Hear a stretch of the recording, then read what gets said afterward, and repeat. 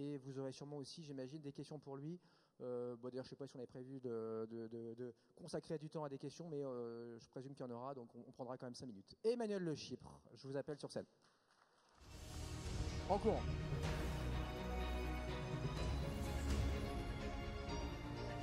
Non, tu peux.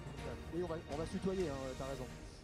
Ton bureau est à 5 mètres du mien dans la vie, donc on va pas faire semblant de se vous voyez ce soir. Allez, on le partage celui-là. Emmanuel Le Chypre, voilà, on le partage, ce pupitre. Ça ne changera pas beaucoup de nos locaux exigus, mon cher Sébastien. Est-ce qu'il faut vous présenter encore? Est-ce qu'il Bien faut sûr, te présenter? bien sûr. Emmanuel Le Chypre, donc directeur de l'Observatoire BFM Business.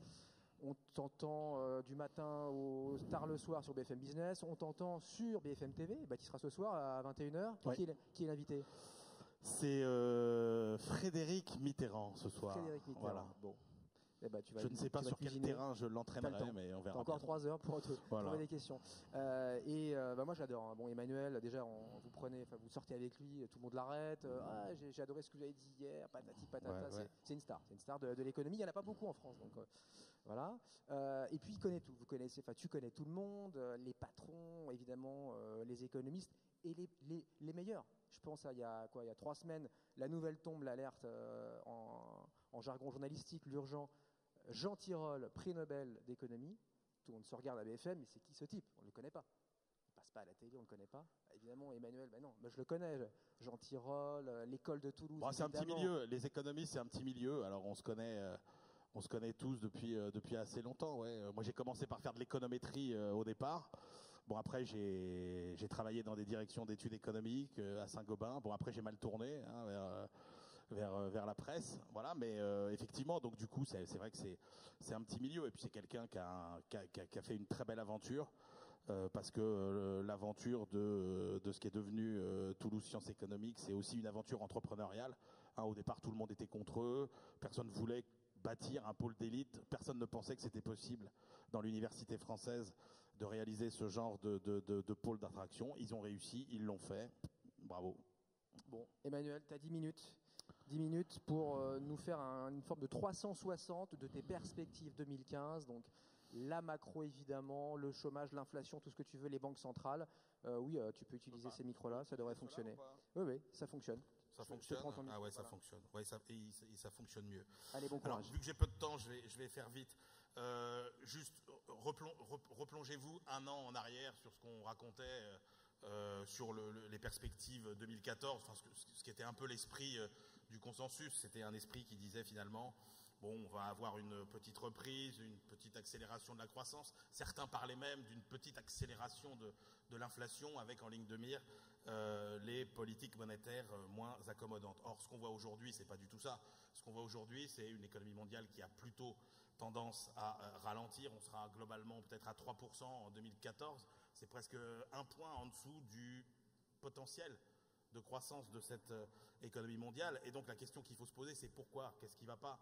Et moi, il me semble que, et c'est là-dessus que je voudrais attirer votre attention ce soir, c'est que, évidemment, on s'est beaucoup focalisé sur cette crise et sur cette sortie de crise. Bien sûr, on a compris, peut-être un peu tard, que ça n'était pas une récession normale, que c'était ce genre de crise comme on en connaît à peu près une fois par siècle, ces crises où vous avez à la fois crise financière, crise bancaire, crise immobilière. Bon, mais ça, on l'a compris assez vite. On sait que sortir de ce genre de crise est assez long. Mais ce qu'on n'a pas vu et ce qu'on ne voit toujours pas assez, à mon sens, c'est que au-delà de cette crise, quasiment tous les grands pays sont confrontés à des problèmes structurels d'adaptation de leur modèle. Il n'y a quasiment pas un pays dans le monde aujourd'hui qui a un modèle de croissance stable, prometteur et viable. Alors, il y en a qui ont fait des efforts, il y en a qui commencent à changer. Mais si la croissance ne repart pas aujourd'hui, si la croissance est aussi faible, si les gains de productivité dans l'économie mondiale sont aussi faibles, c'est bien parce qu'on est en train d'assister à un essoufflement de beaucoup de modèles de croissance dans beaucoup de pays. Et je pense que ne pas voir ça, c'est se condamner à se tromper sur les perspectives de croissance, même si on prend en compte les caractéristiques particulières de cette crise financière dont nous essayons de sortir. Ne nous trompons pas, une fois qu'on en aura fini avec cette crise financière, on n'en aura pas fini avec les problèmes structurels. Alors, il y a globalement, et je vais attaquer mon petit panorama très vite, il y a un seul pays aujourd'hui qui ne déçoit pas, c'est les États-Unis. C'est les États-Unis. Parce qu'aujourd'hui, c'est un pays qui est en train de renouveler profondément son offre. Et je pense que c'est quelque chose qu'on ne perçoit pas assez en Europe. Alors oui, d'accord, tout le monde a parlé de cette espèce de manne tombée du ciel que sont les gaz et les pétroles de schiste qui ont fait un coût de l'énergie très bas. Mais derrière la réindustrialisation de l'économie américaine, il y a beaucoup plus que ça. Il y a quand même un redémarrage massif de l'investissement. 50% de hausse de l'investissement depuis 2009. 10% seulement dans la zone euro. Vous avez un effort dans les nouvelles technologies qui lui aussi est massif. C'était 2,3% du PIB en 2002, c'est 3,5% aujourd'hui. En zone euro, on est passé de 2,2 à 1,75. On n'a pas fait cet effort parce qu'on ne veut pas voir ça. L'emploi est reparti, la situation financière des ménages s'améliore. Les États-Unis sont redevenus compétitifs, notamment à l'export, et ils ont aussi réussi à baisser leur coût de production. Alors il y a une fragilité à la croissance américaine qui est effectivement qui a un problème du côté des salaires, et ça c'est vrai que si vous n'allumez pas l'étage des salaires dans une reprise, vous ne pouvez pas avoir de croissance très très forte pendant très longtemps, mais au moins on est quand même sur une croissance relativement durable, même si n'oubliez jamais que plus de la moitié des ménages américains vivent moins bien aujourd'hui qu'en 1990, et ce sera un problème durable. Mais quand vous regardez le reste du monde, tous les autres pays déçoivent, et c'est ça le problème, c'est que nous n'avons pas aujourd'hui de locomotive mondiale. Les États-Unis ont une croissance qui reste quand même, moi ce que j'appelle une croissance diesel, c'est-à-dire que c'est robuste, mais c'est pas très dynamique, parce que vous n'avez plus le formidable dopant qui a été le crédit, comme pendant les années 90 et les années 2000. C'est d'autant moins une locomotive que le modèle de croissance aujourd'hui des États-Unis est un modèle de croissance très tourné vers l'économie intérieure, et que donc le reste du monde en profite moins. Et ça, vous le voyez aujourd'hui dans les chiffres du commerce mondial, hein, qui sont quand même assez peu allants, parce que vous n'avez pas cette locomotive, et ailleurs, vous avez, je le redis, la plupart des pays qui sont dans un régime de sous-croissance parce qu'ils ont des problèmes de grands équilibres économiques. Alors, on va les passer en revue très vite, hein. Le Japon a des problèmes structurels que tout le monde connaît, l'endettement public considérable, le vieillissement de la population, la crise énergétique et cette déflation qui n'en finit pas. La zone euro dans son ensemble est une zone qui est en stagflation aujourd'hui, hein, c'est-à-dire pas de croissance et des pressions déflationnistes très fortes. La déflation dans beaucoup de pays, elle est là, et la France elle-même, il faut le dire, est au bord de la déflation. On a fait une enquête sur le pouvoir, on a une enquête 2 fois par an sur le pouvoir d'achat. Et la question qu'on a posée cette année, alors on n'a pas posé de question sur la déflation, évidemment, les gens ne savent pas ce que c'est, mais on leur a demandé aux Français leur comportement de consommation. On leur a donné le choix entre 3 questions. Est-ce que vous considérez que c'est le moment de faire des achats importants parce que vous pensez que les prix vont augmenter? Deuxième question, est-ce que vous pensez que vous avez le temps de faire des achats importants parce que les prix vont rester stables? Ou bien est-ce que vous pensez qu'il faut différer vos achats parce que les prix vont baisser? Vous pensez qu'ils ont répondu quoi, les Français? Ils sont seulement 10% à avoir répondu qu'il fallait acheter maintenant parce que les prix allaient augmenter. Ils sont 47% à avoir répondu qu'ils allaient différer leurs achats parce qu'ils pensaient que les prix allaient baisser. Et si ça, c'est pas une des caractéristiques des spirales déflationnistes, franchement, moi je veux bien savoir ce que c'est que la déflation. Donc on est vraiment au bord de la déflation. Donc on a une zone euro dans son ensemble qui est en stagflation, et vous avez chacun des pays de la zone euro qui est confronté à ses propres problèmes structurels. Prenez l'Italie. L'Italie, c'est des problèmes fondamentaux de compétitivité et de rentabilité du capital.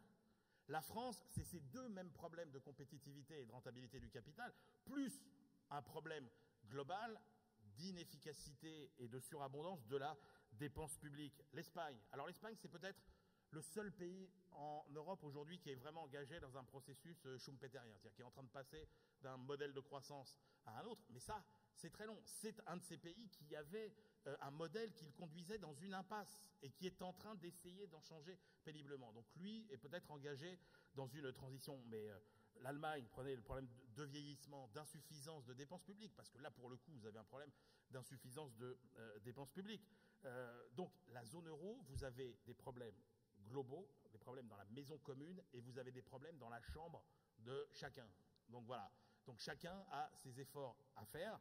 Alors vous allez me dire le Royaume-Uni, oui, le Royaume-Uni, très bien, 3% de croissance sans doute en 2014, mais quand même, là encore, des déséquilibres. Alors c'est vrai que si vous mettez États-Unis plus Royaume-Uni, ça vous fait quand même, et ça il faut le reconnaître, un modèle anglo-saxon qui montre une fois de plus sa résilience. Il faut être honnête, il faut le reconnaître, c'est le pays qui s'en sort le mieux. Mais c'est un pays qui, là encore, est caractérisé par une absence de redressement de sa productivité, par des niveaux très faibles des salaires, et dans lequel l'activité et la consommation aujourd'hui sont quand même essentiellement soutenues par, encore une fois, les problèmes d'effet de richesse grâce à la hausse des actifs tirés par la politique monétaire. Si on passe maintenant aux pays émergents, puisqu'il faut faire vite, là encore, on est en plein dans les problèmes structurels. La Chine, vous avez un véritable ralentissement de l'activité en Chine. Il faut arrêter de se mentir. Alors on vous balance des chiffres trimestriels. Alors on est toujours à 7, entre 6, 7, 8% de croissance sur un an. Mais quand vous regardez les composantes internes, vous voyez quoi? Que l'activité industrielle a quand même sérieusement ralenti. Vous le voyez avec des indicateurs comme la production d'électricité. Quand la Chine avait vraiment 7 à 8% de croissance, c'était une production qui augmentait de 10 à 15% par an. Là, on est aujourd'hui à 5%. La consommation de pétrole, on est à 0% sur un an. Le fret ferroviaire, on est à peu près à 0%. Donc, vous avez ce ralentissement qui est lié à un problème de compétitivité. La Chine a largement perdu aujourd'hui en compétitivité. Et puis, vous avez un problème de bulle immobilière qui s'ajoute à celui de la compétitivité. Donc, la Chine est en train de changer de modèle, de passer un modèle tiré par les exportations à un modèle tiré par la consommation. Ça prend du temps. Tous les autres émergents sont confrontés eux aussi à des problèmes très importants, la Turquie, l'Inde, etc. Et dans tous ces pays, vous voyez à peu près le même mécanisme aujourd'hui, sortie de capitaux, baisse de la monnaie, inflation, perte de compétitivité, etc. etc. Donc, le problème, c'est que dans tous ces pays, ça prendra du temps. Il faudra faire beaucoup de réformes qui, en général, mettent plusieurs années à se produire. Donc, à moyen terme, franchement, il n'y a pas de raison que la croissance mondiale accélère fortement. Je vous passe le débat fondamental à long terme parce que je vois déjà Sébastien qui me fait les gros yeux. Je termine sur la politique monétaire. Qu'est-ce que ça veut dire tout ça? Ça veut dire que vous pouvez être tranquille parce que le vrai resserrement monétaire, il se produira que quand la croissance reviendra. Et là, quand tout le monde commencera à reprendre des liquidités, là, il faudra serrer les fesses. Mais je peux vous dire que vous êtes tranquille. Que la Fed, dans son coin, décide d'en faire un peu moins, on s'en fout parce que ce qui compte, c'est ce qui se passe au niveau mondial. C'est la liquidité au niveau mondial. Et la Fed va nous en donner un peu moins, l'Europe va nous en donner un peu plus et le Japon encore plus. Donc il y aura toujours de la liquidité partout. Je termine juste, il faut que je termine, hein, c'est ça, Seb? Oui, vas-y, oui. Parce que juste en termes de stratégie d'investissement, la vision d'un économiste, hein, je vous donne, donc surtout n'en tenez pas compte. Mais franchement, qu'est-ce qu'on voit? On voit que oui, parce qu'un sur la économiste liquidité, se plante une fois sur deux, mais bon, ouais, voilà. Les traders aussi se plantent.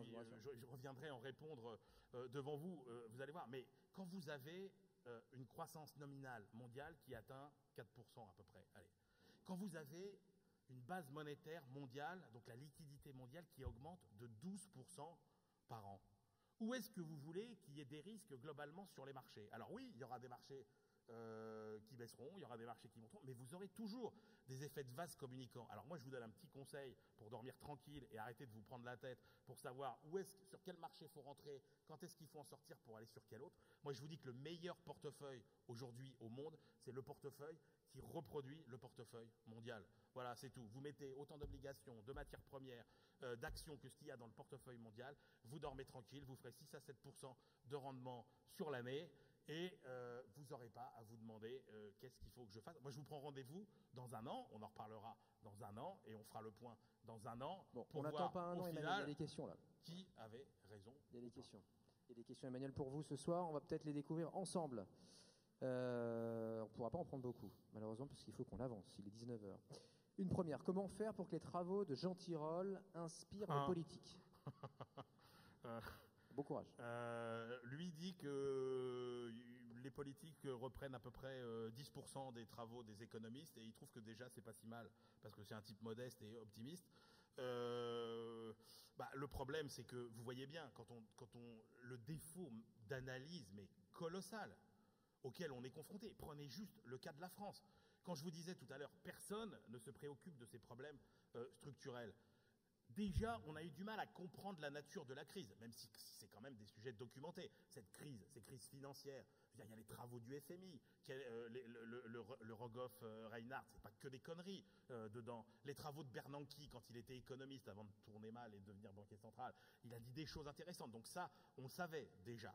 Et les problèmes structurels, personne a voulu les voir. Et notamment la France. Non mais regardez les prévisions de croissance qui étaient dans les programmes des candidats à la présidentielle en 2012. Je vous rappelle que cette année, on devrait avoir 2,5% de croissance si on suit ce qu'il y avait dans le programme de Sarkozy ou dans le programme de Hollande. Pareil. Et Hollande, il vous dit aujourd'hui, ah bah ouais, on s'est trompé sur le diagnostic, on n'a pas vu venir, etc., etc. Il y a une pauvreté de l'analyse économique qui est absolument phénoménale. Et ces gens-là n'écoutent pas, sont un peu autistes. Donc, les propositions de Tirole, elles étaient dans le rapport qu'il a fait avec Blanchard qui date de 2003. Hein, je vous signale, on est en 2013. Voilà, donc, Olivier Blanchard, le chef économiste du FMI. Une deuxième question, Emmanuel, pour toi. Sur quoi? Sur peut-être la déflation, l'absence de croissance en zone euro. On la découvre ensemble. Oui ou non? Est-ce qu'elle vient cette question? Vas-y, tu l'as toi la question. Moi j'en ai une autre. Vas-y. Pourquoi attendre la déflation pour effectuer un quantitative easing en Europe? Mais encore une fois, ne vous trompez pas sur les politiques monétaires. Je veux dire, quand votre problème de fond, n'oubliez pas que la politique monétaire, c'est jamais le médecin qui vous soigne.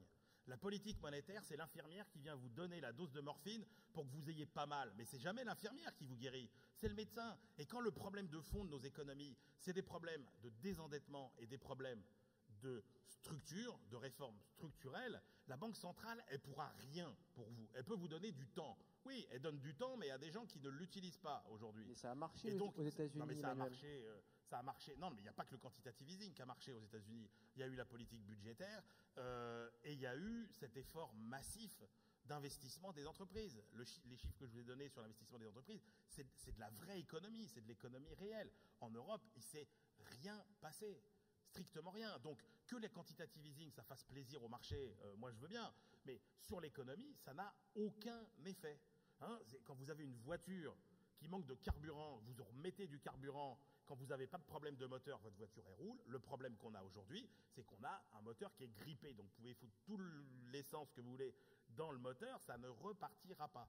Donc, le quantitative easing, ok, ça va nous donner du temps, mais moi je trouve que Monsieur Draghi est d'une gentillesse avec les dirigeants européens. Alors Trichet, il n'avait pas toutes les qualités, mais il était un peu plus exigeant et un peu plus sévère. Draghi, il leur a donné toutes les occasions de ne rien faire. Et il réclame pas grand-chose. Il n'est pas très exigeant. Vous êtes très black, Emmanuel, ce soir. Une dernière. Bonsoir. Est-ce que, tout bonnement, les taux de croissance ne peuvent pas être ceux d'hier, car nous sommes déjà très hauts et que notre population est de plus en plus âgée? Bon, en gros, est-ce qu'on est foutu, quoi, nous, les vieux pays, l'Europe, tout ça? Non, moi, je pense qu'après cette période qui est une période de mutation, encore une fois, alors il y a des virages à pas louper. Moi, je pense qu'on n'est absolument pas condamné éternellement à la croissance faible. Là, il ne faut pas se leurrer. On est dans une période de transition qui est difficile et qui durera d'autant plus longtemps qu'on mettra du temps à s'attaquer aux vrais problèmes. Donc là, on en a peut-être encore pour 4-5 ans de croissance très faible, mais on n'est absolument pas condamné à la croissance faible. Il y a des gisements de croissance absolument considérables. Demain, d'abord, le vieillissement, contrairement à ce qu'on vous raconte, sera une opportunité pour la croissance, parce que n'oubliez jamais que le vieillissement, pour la première fois de l'histoire de l'humanité, il n'est pas lié à un effondrement de la natalité, mais à un allongement de la durée de vie, et qu'en matière économique, ça change tout. Donc le vieillissement, silver economy, donc les maisons de retraite, l'épargne, l'assurance, oui, mais la santé, tout ça, tous les nouveaux services qui vont venir avec l'internet connecté, etc. Les loisirs, évidemment. Les pays émergents vont devenir, une fois qu'ils auront surmonté ces difficultés auxquelles ils sont confrontés aujourd'hui, beaucoup moins concurrents et beaucoup plus clients de tous nos produits en Europe, en France. Quand vous avez des salaires qui augmentent de 15% en Chine, vous voyez bien qu'aujourd'hui, s'il y a relocalisation de certaines productions aux États-Unis et à un moindre degré en Europe, c'est parce que le coût du travail en Chine a beaucoup augmenté. C'est quand même l'effet de la mondialisation qu'on connaît depuis toujours. Et donc, quand il y a des gens qui vous disent que c'est maintenant qu'il faut faire du protectionnisme, c'est une folie. Parce que on a mangé sur les 20 dernières années notre pain noir. Le choc de l'entrée de la Chine dans l'OMC a été terrible, avec une monnaie sous-évaluée, etc. Mais maintenant que, comme ça s'est toujours passé dans l'histoire, c'est les coûts des pays qui étaient les plus bas qui rejoignent les coûts des pays les plus hauts, et ça n'a jamais été le contraire. Et bien ça, c'est en train de se reproduire. Donc la Chine et tous ces pays-là vont devenir beaucoup plus clients, beaucoup moins concurrents, avec tout ce qu'on est capable de leur vendre en matière d'urbanisme, d'aménagement des villes, de tous nos produits de luxe, etc. Donc je pense qu'il y a maintenant des opportunités qui vont décider. Donc tout ça pour dire qu'on n'est pas condamné à voilà un message d'optimisme. Les nouvelles technos, les nouvelles technos, la démographie, les pays émergents, le défi environnemental, tout ça, ça va être des gisements majeurs de croissance. Mais à condition de faire par ailleurs les efforts qui font qu'on va se remettre sur les rails. Et encore une fois, chaque pays a rangé sa chambre, entre guillemets, pour que, grosso modo, la maison commune soit bien tenue. Et ça vaut pour la zone euro, ça vaut aussi pour pas mal de pays émergents. Merci Emmanuel. Emmanuel Le Chip ce soir avec nous, Salvagram. Merci. Pour la 2e édition de la nuit du trading.